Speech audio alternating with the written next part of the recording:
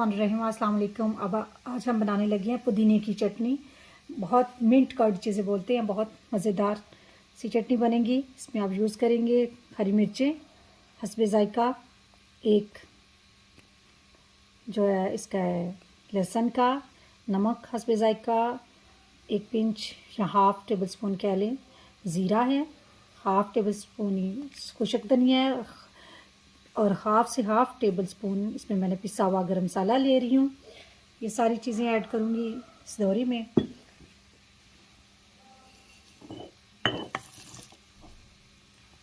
Add कर रही हूँ। ये पुदीना मैंने धो के वाश करके इसकी पत्तियाँ उतार ली हैं। ये पुदीना और थोड़ा सा धनिया साथ ऐड कर रही हूँ। ये चीज़ें ऐड करूँगी और इसे अब हम बारीक पीस लेंगे। बारीक पीसने के बाद फिर आपको बताऊँगी कि इसको आप कैसे सेव कर सकते हैं और कब तक ये यूज़ कर सकते हैं। जी, ये पीस के ये इस तरह की शेप की बन गई है, या बना के रख लें। ये 2-3 दिन तक यूज़ कर सकते हैं। अगर फ्रीज़ कर लेंगे तो हफ्ता भी चला जाता है। अब इसको मैंने योगर्ट लिया है और योगर्ट में ये मैं इसको ऐड कर दूंगी और इसको अच्छी तरह मिक्स कर देंगे।